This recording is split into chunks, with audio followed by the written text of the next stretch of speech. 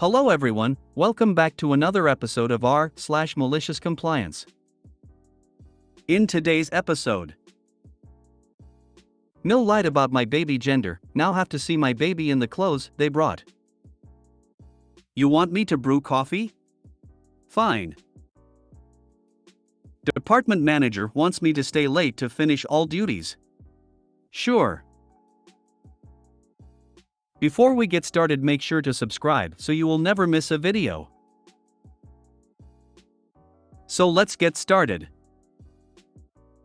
Mil lied about my baby gender, now have to see my baby in the clothes they brought. November last year I, 30F, gave birth to our first baby. It's the first in my family and the sixth in my husband family, 32M. It's important to say that all the 6 kids are boys and Mil is in some sick baby girl rabies. Ever since we made the announcement, Mil convinced herself that I was pregnant with a girl. I told her that once we knew the gender she would be the first one to know.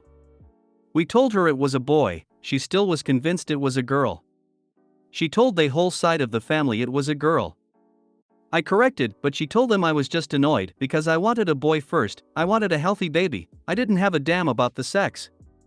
She also told them we are naming the girl after her mom, which we will never do because hubby hates his grandma. When the baby shower gifts started to come, I noticed a lot of things that wasn't in the register. Embroidered things with grandma's name. And it didn't matter, we told them the gender and the name, and make clear we are not lying about the gender. Everyone believed her. Well, the baby was born. And imagine the surprise. It was a boy, just like we have been telling everyone. The problem, for them, was that now the baby have plenty of girly clothes, pink onesies etc., and we are dressing our baby with them. Especially for his family video calls and for pictures for them.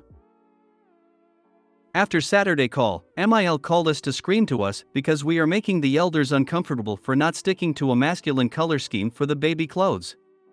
And we have to stop being this childish, she just threw my belly shape was more like girl than for a boy. We told her we will not change the baby's clothes, and to just wait until the dresses fit. He will look adorable. LMAO, this is what she gets for being this annoying. She can deal with being annoyed for a bit. It's her turn, after all. What gives her the audacity to act on such baseless assumptions about someone else's baby and then expect them to follow her demands? Did anyone even apologize for not listening to you since this is your baby and your first? I'm glad you are taking it in stride. I would have been really offended by the whole situation. What did you do with the embroidered things?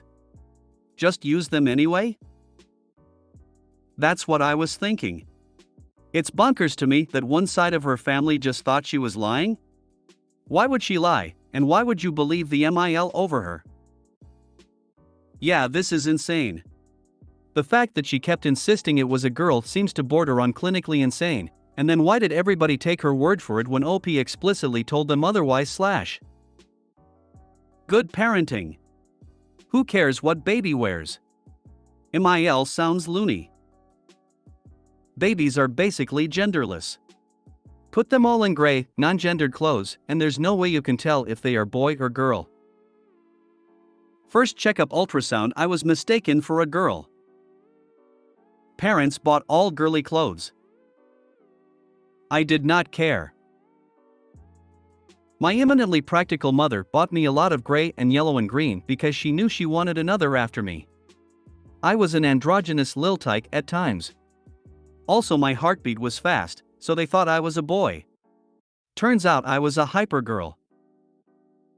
Bonus points if you tell everyone that Mil calls him by grandma's name as a nickname. Honestly, telling everyone they were naming the kid after the grandma is low-key the craziest part. She's like trying to create her ideal world and speak things into existence. Super disrespectful of her.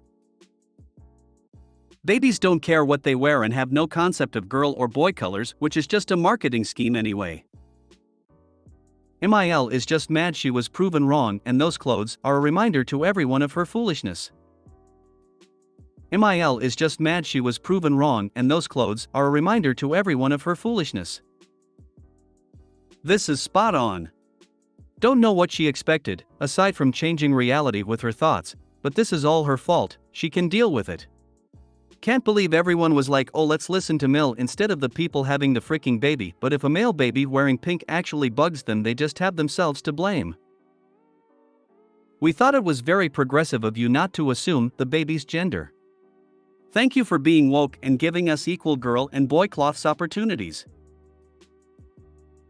NTA. This is a self-inflicted issue, you have handled it well. Seriously. OP is doing the right thing and dressing her baby in the baby clothes she got. Not her fault people listen to her Mil and not the actual parents or the registry. Hey, you got free clothes. Who cares what color they are? Maybe Mil or the rest of the family will learn some manners. You want me to brew coffee? Fine. I had a job, many years ago, at a call center. We had a nice break room. 3 fridges, a bagel toaster, huge sign, with "Do not leave unattended" on it, amazing little fire hazard, bread toasters, and an older coffee maker. Many of the employees were horribly addicted. I mean, to coffee, yes, but also nicotine, Mary Jane, and more difficult substances, shall we say. This story, obviously, involves the coffee maker. It also involves myself and my manager. I was, out of the blue, instructed to take over coffee maker duties. Great. Only one huge problem. I don't drink coffee.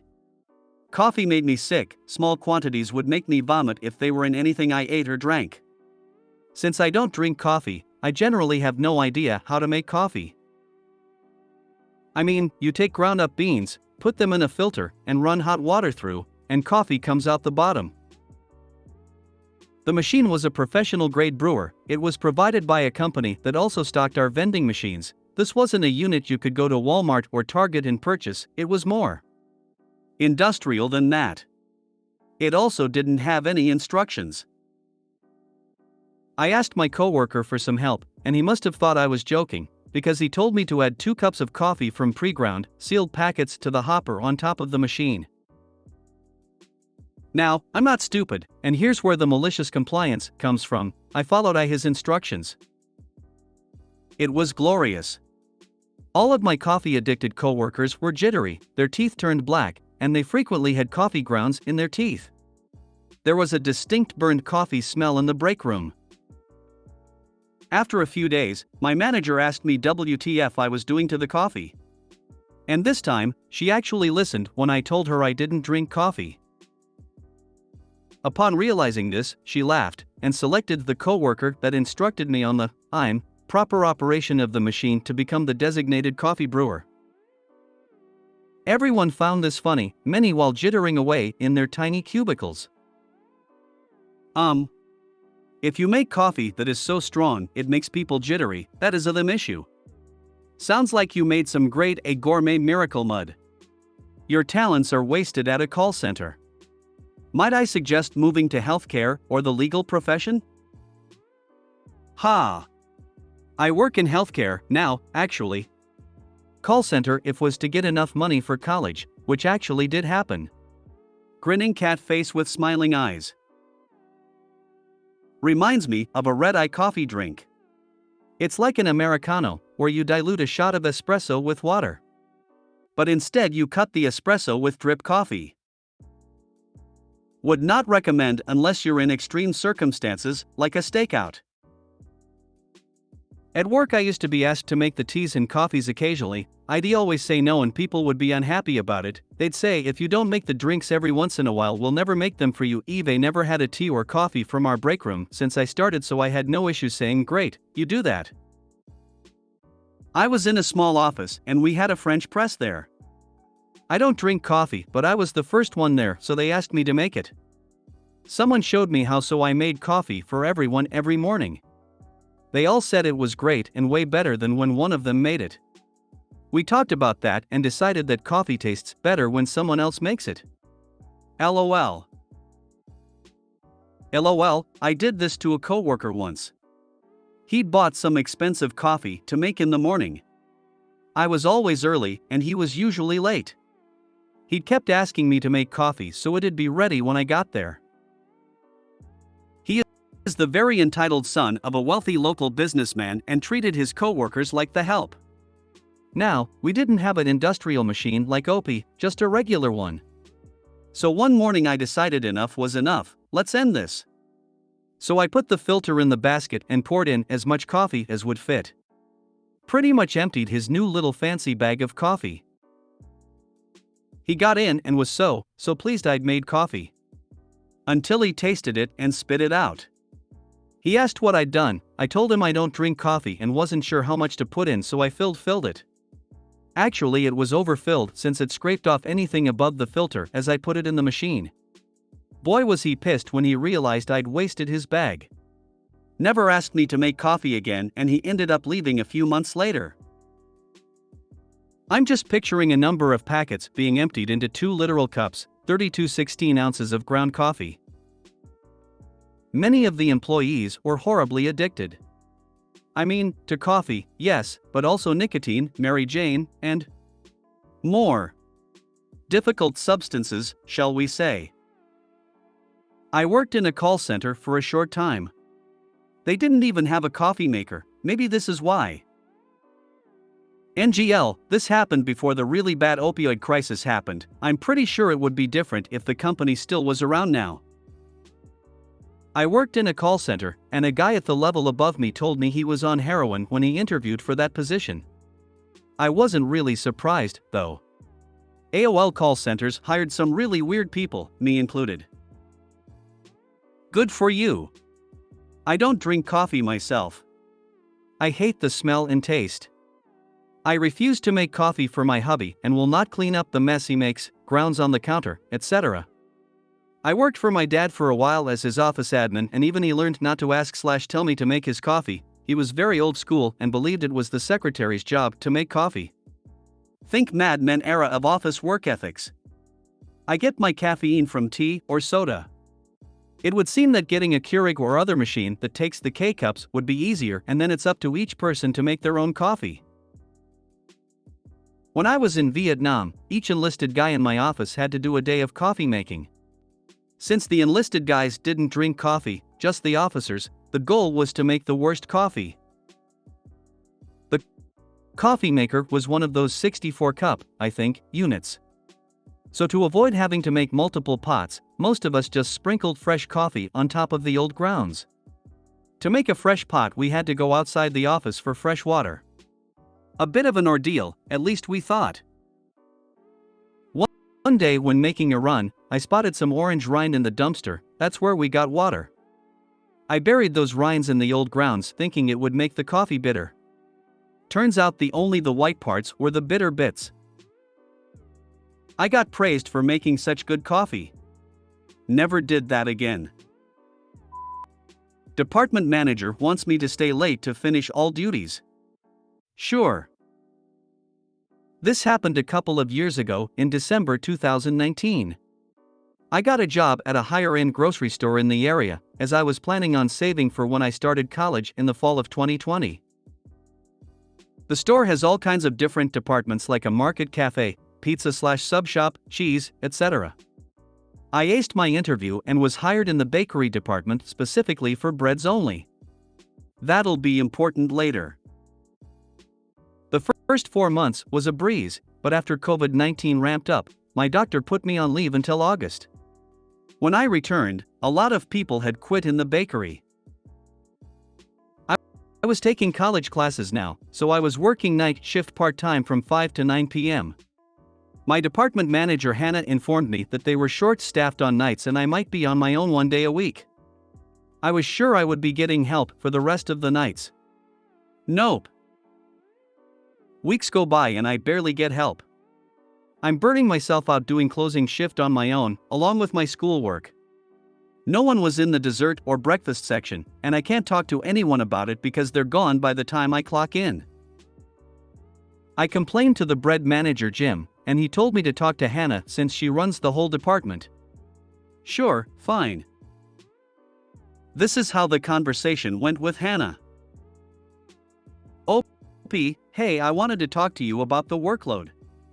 A lot of day shift people leave their mess and can't clean up after themselves. I have to do that and my duties, which isn't fair. Are you hiring anybody for nights? I can't keep running around and using my inhaler so much too. Hannah, oh yeah.